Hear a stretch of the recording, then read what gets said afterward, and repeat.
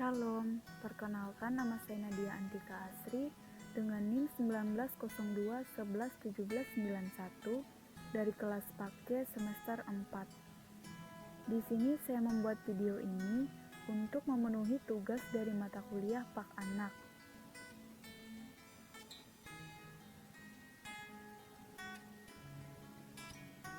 Dalam video ini, saya akan mempresentasikan hasil dari resum yang saya buat dari buku Sejarah Perkembangan Pikiran dan Praktek Pendidikan Agama Kristen, yaitu pada bagian bab 5 mengenai Robert Raikes dan perkembangan sekolah minggunya.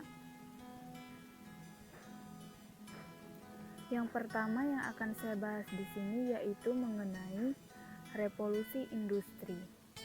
Karena tidak ada pokok yang lebih penting yang berkaitan dengan berdirinya sekolah minggu daripada pembahasan pokok revolusi industri.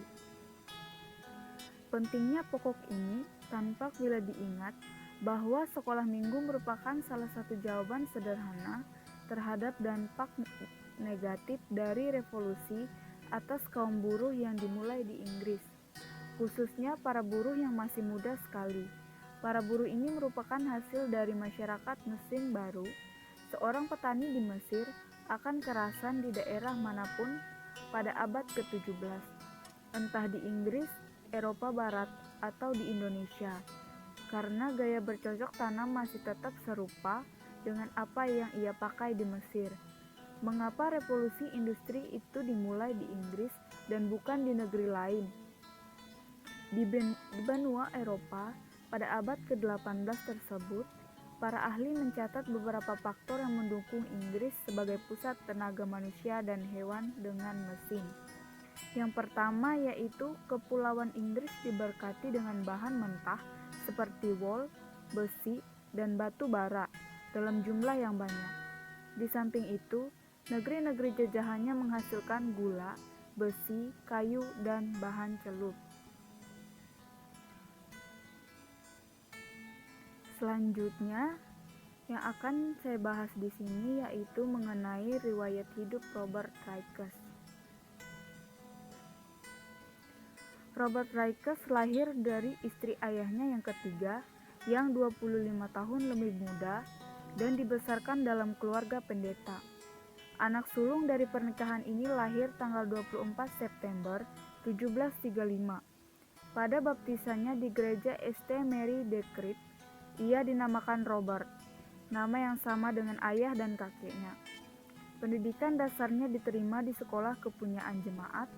Tak kala Robert berumur 14 tahun, ia meneruskan studinya pada sekolah katedral Gloucester.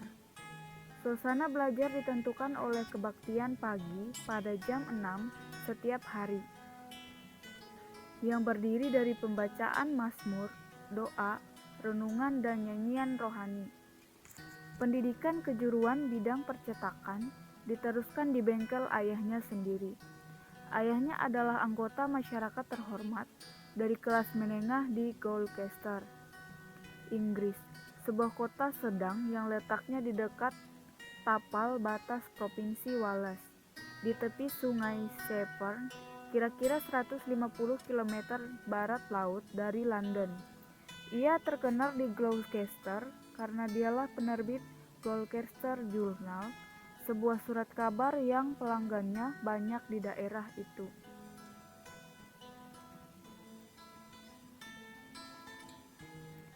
Sepuluh tahun kemudian, yakni tanggal 23 Desember 1767, ia menikah dengan Anne Trigge, putri Thomas Trigge. Ada 9 orang anak yang lahir dari keluarga baru ini, tetapi 2 orang anak laki-laki meninggal. Masing-masing anak laki-laki itu bernama Robert Powell. Juga ada 5 putri.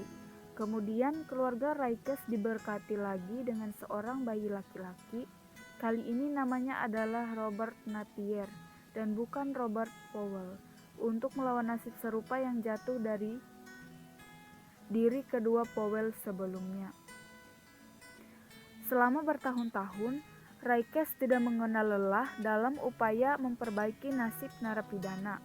Meskipun pelayanannya dicemoohkan oleh kebanyakan orang, Namun akhirnya usahanya mulai berbuah pada tahun 1774 melalui pekerjaan John Howard dan Yang Mulia George Paul. Parlemen mengesahkan dua hukum pertama yang mulai dapat mengatasi penghinaan terhadap martabat manusia yang tampak dalam keadaan penjara Inggris. Selanjutnya yaitu mengenai berdirinya sekolah minggu. Pendirian sekolah minggu perlu diletakkan dalam konteks permulaan revolusi industri di Inggris pada abad ke-18. Seluk-beluk pendiriannya tidak seragam, namun Raikes memerankan peranan mencolok di dalamnya. Berawal pada tahun 1780, keluhan seorang ibu tentang kenakalan anak pada hari Minggu dan memohon agar Raikes berbuat sesuatu, dan tak kala Raikes pulang ke rumah, ia mengambil keputusan untuk melakukan percobaan dengan sekolah sederhana bagi anak miskin. Ia meminta pertolongan seorang ibu yang mendidik beberapa anak di rumahnya pada hari-hari biasa. Raikes sendiri yang membayar gajinya. Ibu itu ternyata tidak mampu mengajar anak yang tidak mau belajar. Guru kedua bernama Ibu Christley. Ia lebih pintar dan jabatan guru itu dijabat secara turun-temurun sampai tahun 1863. Selanjutnya membahas mengenai tinjauan sementara terhadap prestasi Raikes. Ia bukanlah seorang pemikir yang mampu. Rupanya Raikes tidak mampu melihat ke depan tentang hasil yang lebih luas yang akan terjadi dari hasil pendirian sekolah minggu. Kecaman tidak langsung terhadap sekolah minggu dialamatkan pada integritas Raikes sendiri. Dalam kecaman pribadi itu tersirat juga bahwa mendidik anak-anak pada hari Minggu berarti melanggar kesucian Sabat. Tetapi sebenarnya kecaman yang terakhir berakar dalam masalah kekuasaan gerejawi. Di samping kecaman yang dilontarkan kepada Raikes karena sekolah minggu melanggar titah keempat, ia juga mengalami ejekan pribadi. Gambaran tentang beberapa sekolah minggu pertama, yaitu kita mulai dengan peranan Raikes sendiri. Walaupun ia tidak mengajar setiap hari Minggu, namun bila mana ia mengunjungi salah satu tempat, seringkali guru meminta sumbangan pikiran dari Bapak Raikes. Pada hari Minggu lain, Raikes mengajarkan isi pasal 17 dari kitab Injil Lukas. Pada tahun 1784, yaitu 1 tahun sesudah ia memberitakan pendirian sekolah minggu kepada pembaca surat kabarnya, ia mencetak peraturan-peraturan bagi sekolah minggu yang disusun oleh pendeta W. Ellis, yang akan dipakai oleh sekolah minggu di Storr. Pada tahun 1784, seluruh kota Leeds dibagi atas 7 bagian. Ada 26 sekolah dengan 2.000 pelajar yang diajar oleh 45 orang guru. Dalam buku harian John Wesley, pendiri gereja Metodis, tercatat tinjauannya atas sekolah minggu di Bolton yang ia kunjungi tanggal 20 April 1788. Raikes mencatat bahwa pada hari Natal 1785, ia terlibat dalam pesta makan bersama dengan sebanyak 350 orang anak.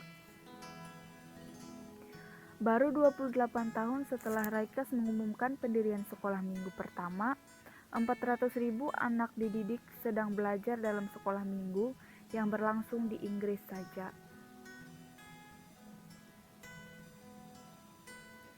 Selanjutnya pembahasan mengenai pertumbuhan sekolah minggu. Yang pertama yaitu sekolah minggu di Amerika.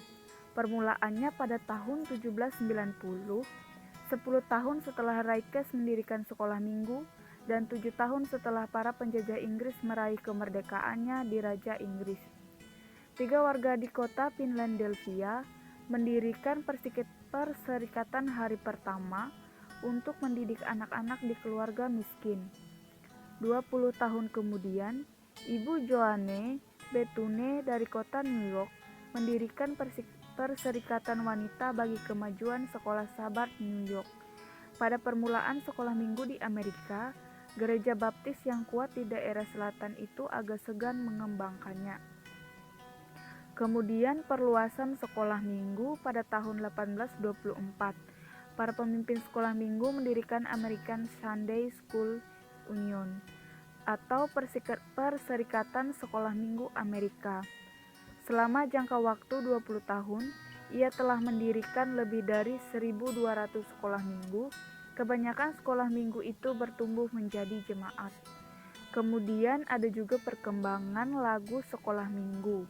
Pada permulaan sekolah minggu di Amerika, anak-anak menyanyi tentang tema-tema kematian, dosa, pentingnya anak-anak memberi kesaksian kepada anak-anak sebayanya, dan juga orang dewasa, dan keselamatan serta keamanan yang akan dialami kepada Yesus. Tetapi menjelang abad ke-20, lagu dan syair mulai mencerminkan pengertian baru tentang masa kanak-kanak.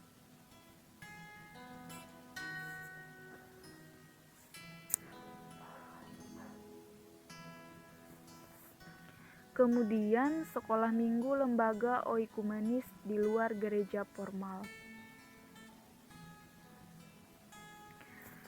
Sidang Raya Nasional Sekolah Minggu yang pertama itu diadakan di New York pada tanggal 3 Oktober 1832, menetapkan pemberlakuan penggunaan Uniform Lesson Series atau seri mata pelajaran yang seragam dalam semua sekolah minggu. Pada Sidang Raya Nasional yang diadakan di kota Baltimore pada tanggal 11 Mei 1975, gerakan sekolah minggu diperluas lagi tak kala namanya berubah menjadi International Sunday School Competition atau Sidang Raya Sekolah Minggu Internasional, karena dalam sidang raya ini turut juga hadir utusan dari Kanada.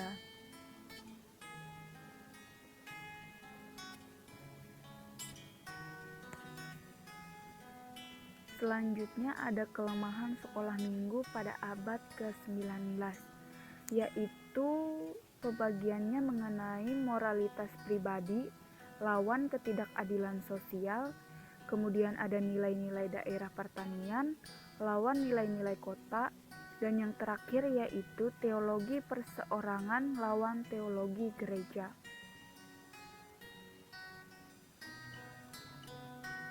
Pembahasan selanjutnya yaitu mengenai sekolah minggu di luar dunia Anglo-Sakson.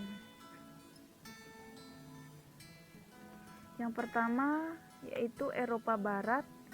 Sekolah minggu pertama berada di Jerman.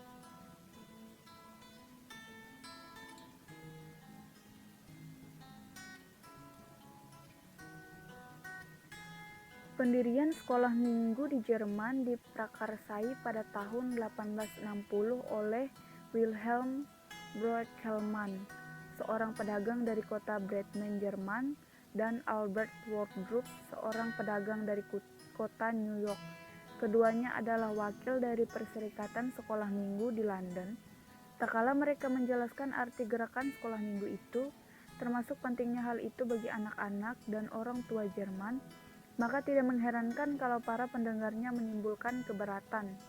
Tetapi perbedaan dengan pertentangan yang lazim terdengar, orang Jerman itu menunjuk pada dua kekurangan yang nyata.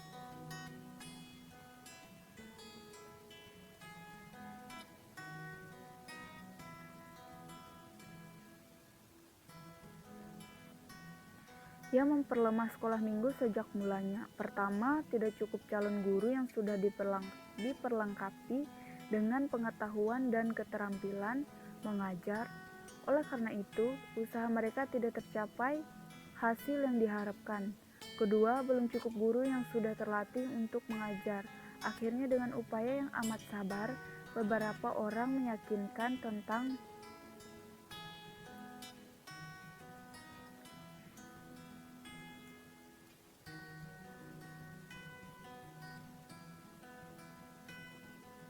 pentingnya sekolah minggu. Akan tetapi sebelum tahun 1871, tak kala Reichskanzler Bismarck mempersatukan negeri Jerman di bawah kekuasaan Prusia, tidak dari negeri Jerman yang bersatu malahan terdapat kota-kota merdeka dan kerajaan-kerajaan kecil. Sekolah minggu pertama di Jerman sama seperti di Inggris, dan permulaannya di Amerika Serikat bermaksud hendak mengajar anak-anak miskin untuk membaca, menulis, dan berhitung.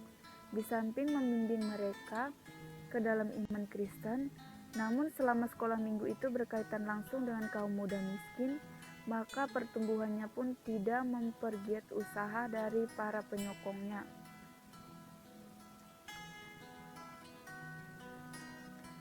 Kemudian ada sekolah minggu di Belanda. Sama seperti di daerah lainnya, pendirian sekolah minggu di Belanda juga tidak diprakarsai oleh wakil resmi dari gereja, malahan oleh awam dan pendeta yang dipengaruhi oleh gerakan Pietisme, tetapi berbeda dari pendirian dan pertumbuhan sekolah minggu di Inggris dan Amerika. Di Belanda terdapat kesadaran akan perlunya supaya sekolah minggu tidak dipisahkan dari gereja. Demikian yang dapat saya presentasikan dari hasil resum yang saya buat. Mohon maaf jika masih banyak kekurangan. Sekian dan terima kasih. Tuhan Yesus memberkati.